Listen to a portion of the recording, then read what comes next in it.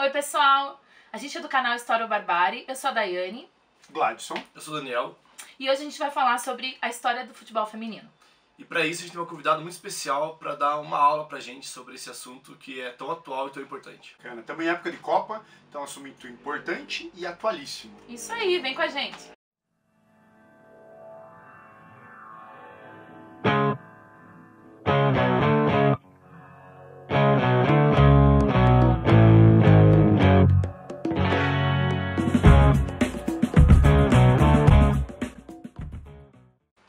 Pessoal, a gente tá aqui com a Fernanda Hag, né? Oi, gente, tudo bem? Oi, Dai, oi, Gladson. Oi. Bom, obrigada já de antemão por ter aceitado o nosso convite, né? Nossa primeira convidada. Olha nossa só. primeira convidada, que honra. E a Fer, ela é estudiosa dessa temática, né, no futebol de mulheres. Ela, atualmente, né, Fer, tá acabando o doutorado já? Tá... Na metade, sem pressão. Desculpa, doutoranda da USP, né? E, enfim, desde a graduação você estuda esse tema, né, Fer? Desde a graduação da iniciação científica. Faz Sim. mais de 10 anos já. Então, aí, ó, tem muita coisa pra compartilhar com a gente. E a ideia é a gente discutir um pouquinho dessa trajetória, né, do futebol feminino.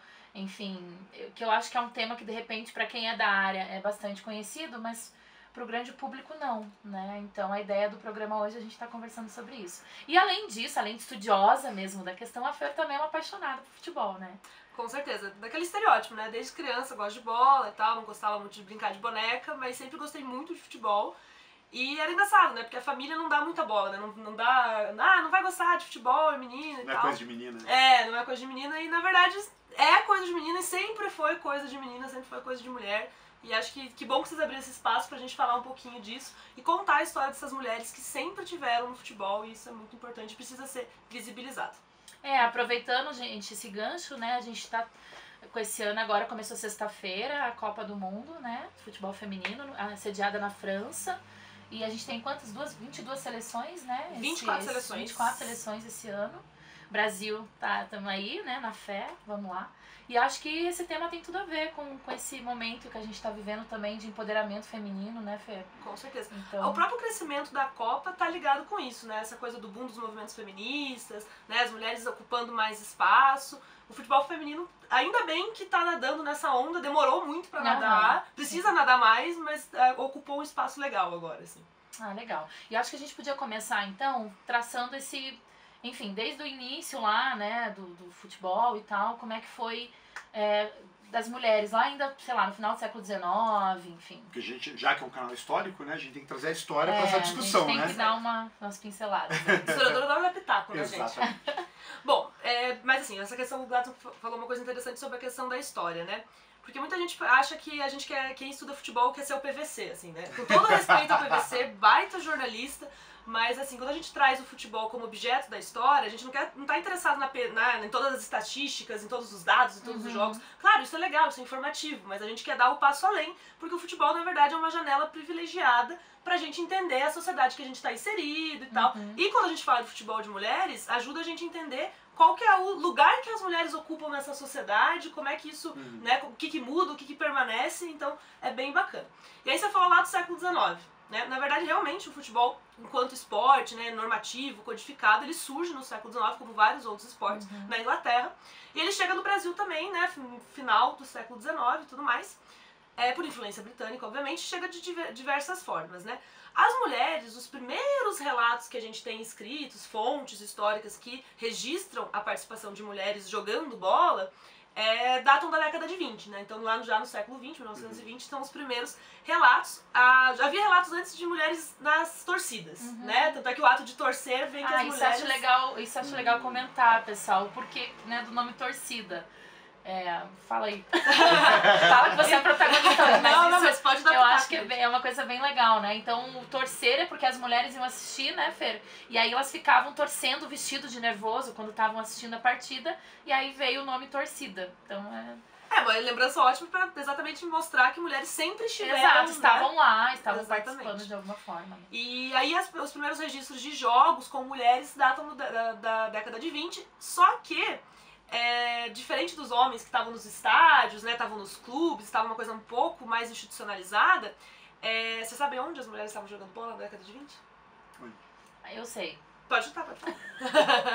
No circo.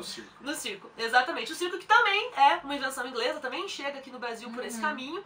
E realmente as mulheres jogavam como uma atração do circo. Não quer dizer que fosse uma coisa menor, até porque o circo também não é uma coisa menor, pelo contrário, era uma performance, era uma apresentação, né? E elas entravam na programação e obviamente era uma coisa extremamente transgressora, né? Porque vocês imaginem, mulheres da década de 20 de shortinho, né, camiseta justa, chutando uma bola. Era tipo o ó pra sociedade brasileira da década de 20. Mas mostra que já tava lá e era super interessante. Faziam caravanas e tudo mais. Então, saía nos jornais, saía nos Eu lembro, jornais. eu digo que eu sei porque no circo, porque uma vez, quando a gente foi, aliás, recomendo muito o Museu do Futebol, né, em São Paulo. E aí vi lá, assim, tinha várias chamadas de jornais da época chamando pro circo e falando, tipo, nossa, venham ver as mulheres que jogam futebol e tal. Aproveitando que a Dai falou do Museu do Futebol, eu vou dar uma dica, posso? Claro, opa. Agora o Museu do Futebol tá com uma exposição que se chama Contra-Ataque, as mulheres do futebol. Ela fica até outubro, né, lá, vale a pena a visita, que exatamente quer contar essa história, que nem a gente aproveitando agora a Copa do Mundo,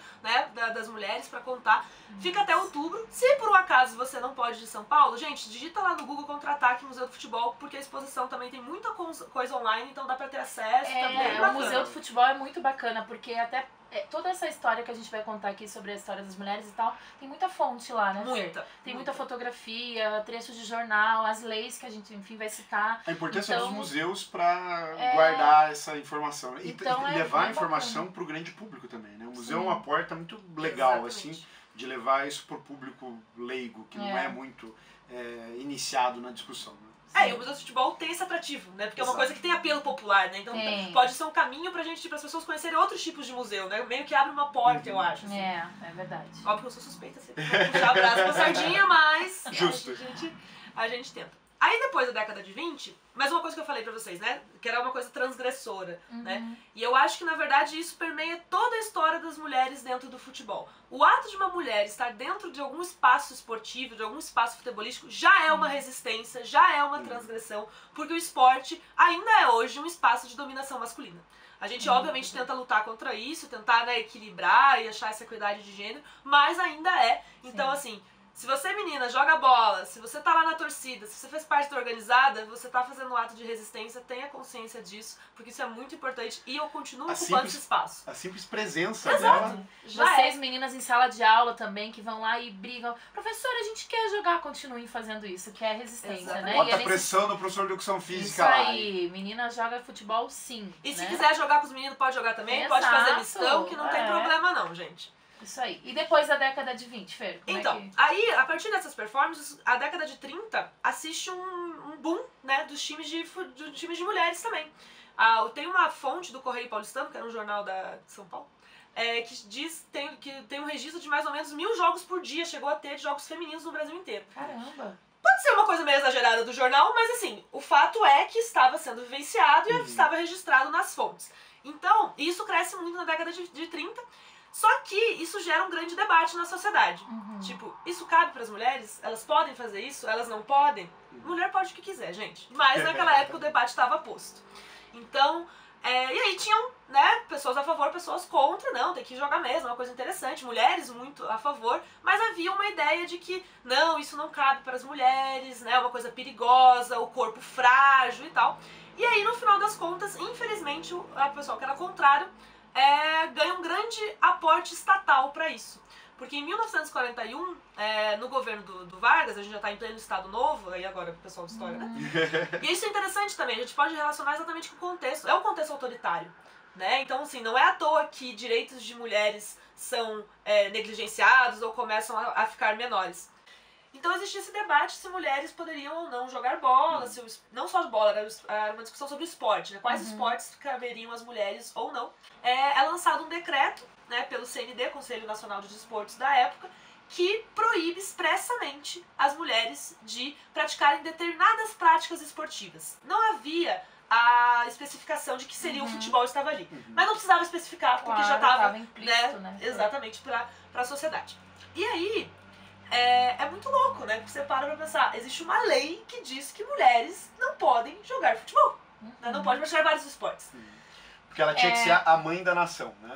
Eu acho interessante mencionar isso, porque assim, A Era Vargas, ela tem várias coisas interessantes pra gente discutir, né? Por exemplo, ao mesmo tempo, ao passo que é esse governo autoritário e tal, ele vai criar, então, várias leis trabalhistas. Essas leis também incluem as mulheres. Então, teoricamente, você tem a ascensão das mulheres no mercado de trabalho, porque a lei não diz que mulher não pode trabalhar. Mas, ao mesmo tempo, se você pega... Eu lembro uma vez que eu estava lendo uma lei de fontes de educação.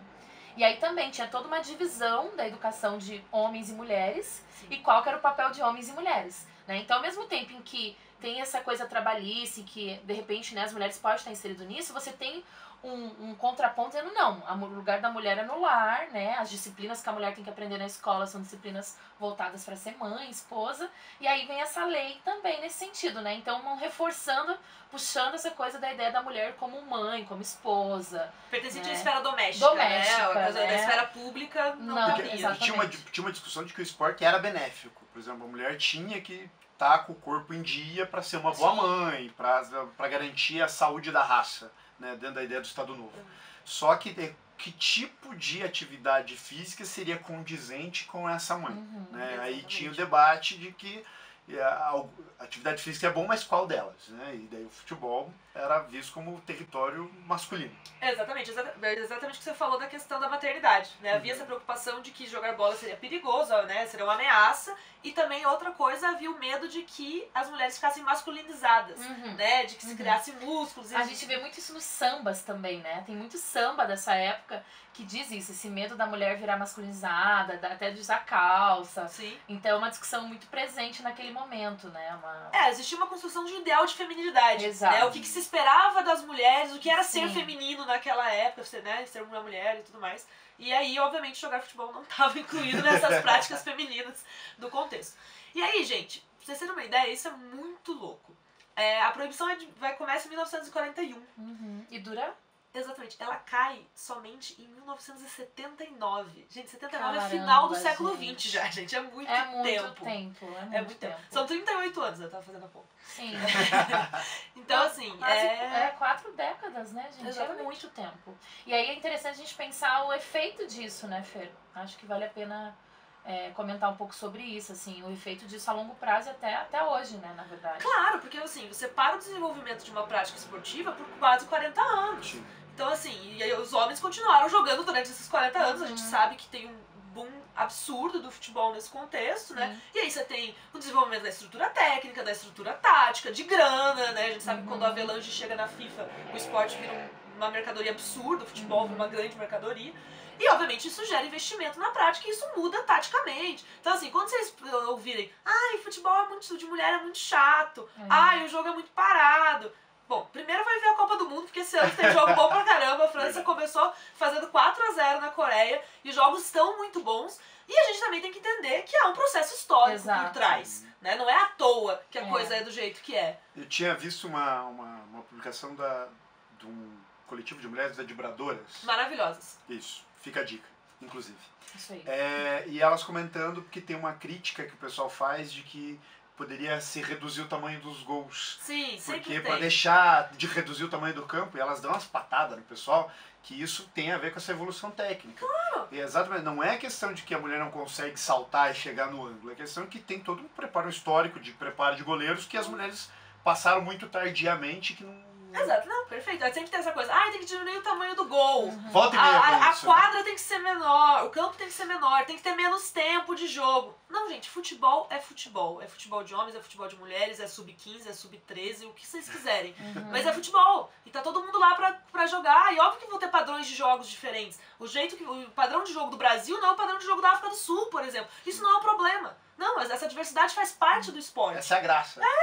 Exatamente. Então a gente tem que sempre ponderar e sempre pensar nisso. Pessoal, mas a gente vai ficando por aqui agora, mas não se preocupe, porque vai ter um segundo vídeo que a gente vai lançar em breve, com a segunda parte dessa história. É o segundo tempo do jogo. Exatamente. O segundo tempo do jogo, perfeito. É isso, até daqui a pouco, espera aí. Vai tomar intervalo. Vai fazer uma pipoca e a gente já volta.